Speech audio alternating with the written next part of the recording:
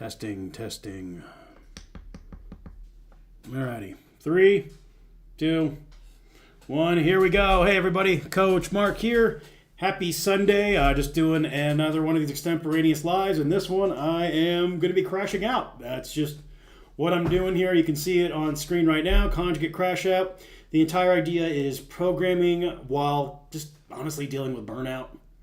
In the simplest of terms, I'm just dealing with quite a bit of burnout. It's at the point where it's just a slog to get myself to train anymore. I don't want to. I mean, that's the reality of it. I'm still showing up. I'm still putting in the work, but recognizing that I am putting in half-hearted efforts, I'm not getting what I need out of the training. So it's one of those things. I'm neither surprised nor alarmed. I mean, every lifter deals with this sort of mindset, this sort of place. Eventually, it's part and parcel. I'm going to blame this on the upcoming holiday season as well as wedding planning. I got a fair bit on my plate. Life's good, don't get me wrong. That's just where I'm at mentally. It's where I'm at emotionally. So it's one of those things, rather than trying to jam a square peg in a round hole like I would with, say, competition prep. Ultimately, where I'm at, I'm in a perpetual off season. So I don't have to jam a square peg into a round hole. I've got the luxury of being able to put a square peg in a square hole or vice versa. Ultimately, my goals remain the same. Just build a little muscle, get a little stronger, improve my conditioning.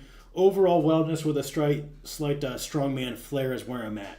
So because of this, I got the luxury of making adjustments on the fly, and I don't have any huge time crunch things that are limiting me in my capabilities. Obviously, it's one of those things. I just turned 36 recently, so it's not like I'm going to make the same gains as I did back when I was in my 20s, but that doesn't mean I can throw in the towel just because of father time, right? And who's to say that I might not be able to make better progress now, because frankly, I'm a lot smarter now and I know a lot more. So there's always those things to keep in mind. It's multifactorial. Just like life, training comes in seasons right now.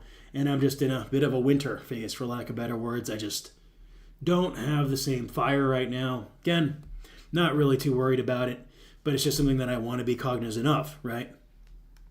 So with that in mind, I'm going down to 3 days a week. And the split, I'm going to do a lower max effort day plus back work, an upper max effort day with upper body hypertrophy work, obviously, and then a full body day with a little bit of extra leg as well as arms. It's kind of a bro split, but it's also conjugate at the same time. I'll also knock out 2 days of cardiovascular conditioning.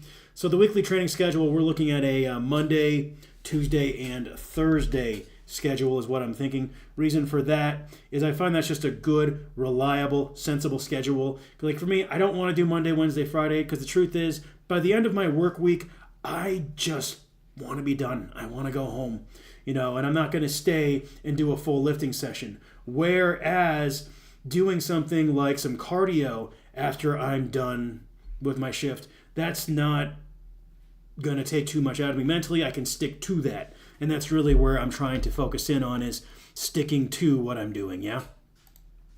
So here's what that first 4-week wave is going to look like. Also, quick side note, normally I do 4-week max effort waves. I'm going to be changing that a little bit with the deadlift, and I'll talk more about that later. But so here's how the first day, lower body day, Mondays are going to look. I'll hit a top set of 4 to 6 reps, drop the weight 15 to 20%, knock out a back off set of 6 to 8 reps. Then I'm going to do 2 sets of 8 to 10 Hatfield squats, and when I can hit 10 on both reps, or both sets, I'll go heavier next time, basic double progression there. In the latter half of the wave, it'll be 2 sets of 6 to 8. Then after that, I'm going to do a triple set here. If you're familiar with the 6-12-25 method, I'm doing that, but with some adaptations. So the first week's going to be 5 chin-ups into 10 T-bar rows into 20 T-bar shrugs. Then it'll be 4 rounds of that. Then it becomes 6-12-25. And then in week 4, I'll try and take a load jump over the previous 6-12-25. This is a shock method. I would not use 6-12-25 week in, week out. It is a method of training I really enjoy, though. So I figured, okay, let's throw it in here. Just after 2 big compound lifts like that, I kind of want to get the workout done with a little faster. So 6-12-25 slots in really nicely there. Some Nordic hamstring curls, ab wheel, and then air bike sprints to get my conditioning in. So I'm covering all of my bases for a lot of my posterior chain work, as well as building the legs a little bit to help with my deadlift. Now, with respect to the deadlift, I'm going to change it every single week. I am just going to rotate variations every week because I'm not at the point where I need to focus on any given deadlift for an extended period of time. And granted, is this the smartest approach? No, it's really not.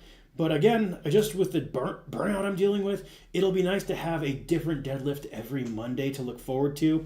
And I'm probably going to run that where on my Instagram stories every Sunday, I'll just list out a few variations. I go, all right, folks, which one am I hitting on Monday?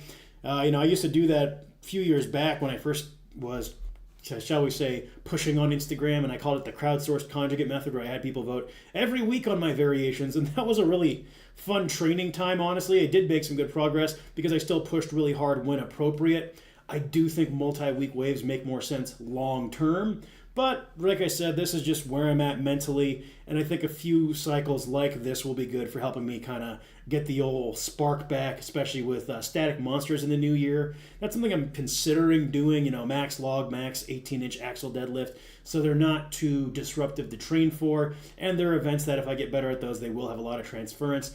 I have found elevated deadlifts in general have a lot of carryover for me, just because I'm very good off the floor, but I fade rapidly from mid-shin to below the knee.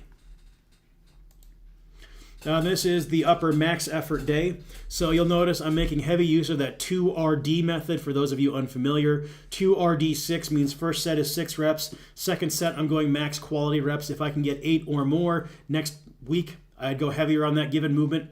And then after those 2 sets, I'll drop the weight by 20% and do another max quality rep set. I'm going to do that for both the BTN press as well as the floor press.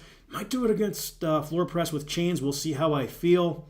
And it's one of those things where I'm not going to progress every single week. I know that, and that's all right because I'm still getting those hard sets. Progress is rarely linear. As long as we're getting good quality hard efforts in at appropriate rep ranges, we're still getting the adaptations I'm looking for, which is strength increase and muscle building. Then some face pulls using a rest pause method. Poliquin press downs, I guess is what these are called. I've just called them incline tricep press downs, where you do an incline bench facing away from the cable stack and do your press downs like that. Really good stable press down variation, so I'll just do those.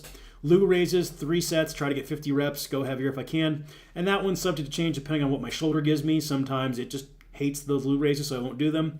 Overhead tricep extensions, 2RD8, incline curls, 2RD8, and then some rower sprints at the end of the day. So you can see here we're using a lot of the same methods across the board, but they all make sense for the given movements, right? You're getting 3 hard sets on average per exercise. So, if we look at 1, 2, 3, 4, 5, 6, so that's 21 give or take hard sets in the workout, because I do count a rest pause as 3 hard sets when it comes to counting sets. So that's just one thing to keep in mind.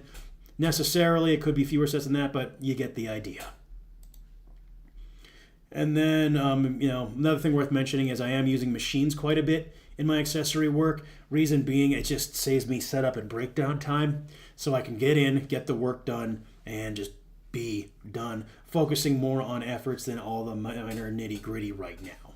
And if the Lou raises don't feel good, I'll swap those out for another alternative movement for lateral delts. It might even be a wide grip upright row. That's one that I honestly do like quite a bit. And last but not least is day 3, the full body developmental day here. We're going to start the day with some pause front squats using a basic step loading progression. Then the Viper press, my favorite 4-week density wave here. So you can see there it's max 4s, max 3s, and then max doubles at a given percentage for 10 minutes. I like the Viper press a lot. I think it's one of those movements, anytime I train it consistently, I tend to get a lot of conditioning benefits there, body composition benefits. It's just really fun, but it's also one that I know if I train it for more than 8 weeks at a time, I tend to plateau and burn out pretty quickly. So I think this will be a good way to reintroduce it, have some fun with it, and with static monsters potentially being a thing in 4 months, wouldn't hurt me to spend a little more time with the log. 40-degree dumbbell incline for a high rep max, and then a couple back offsets thereafter. 2 hard sets on the good mornings, 2 challenging sets on Zercher reverse lunges, some crossover tricep curls, or tricep extensions, and then some seated dumbbell curls. And I might move that order around where I might do something like a set of good mornings, and then a set of triceps, and then do a set of lunges, and then a set of dumbbell curls just as a superset. This workout's on Thursday. Thursday, I have a little more time than most days to work out, but we'll see kind of where I'm at because I might just want to get it over with. So this allows me that luxury of making that adjustment based off how I'm feeling. Now, the pause front squat is one of those things where it's a no-brainer movement in my opinion. It's one of those ones that it's one of the best squat variations for anyone to be doing, especially if I were looking at getting back into strongman. You got to think that front rack position is critically important. Good leg builder, plus I'm getting heavy bilateral squats early in the week versus via the SSB Hatfield squat, so this just makes a lot of sense here. And I don't have to put a lot of loading on the bar. It doesn't take a lot of setup, not a lot of breakdown. It's a quick movement to get in and out. And then I can knock out the Viper presses. That's 10 minutes, and then some good morning. So it just moves very quickly, keeps the workout at a more brisk pace. Then ski erg sprints at the end of it there. So strength, conditioning, hypertrophy, getting a little bit of everything. And I think with this time of year and what's going on in my schedule, this looks like a nice sustainable wave. And honestly, I'm looking forward to it, which being in a position where I can actually look forward to my workouts again is, it's going to be nice, right? So there you have it. But yeah, so that's kind of what my crash out era programming looks like. Maybe you got some neat ideas for yourself. Maybe you want to see more stuff like this. Maybe you want a version of this for yourself. Just let me know your comments and questions down in the comment section below. Best ones are ones I will turn into topic videos down the road. But hey, you folks have a great rest of your Sunday. I'll catch you later.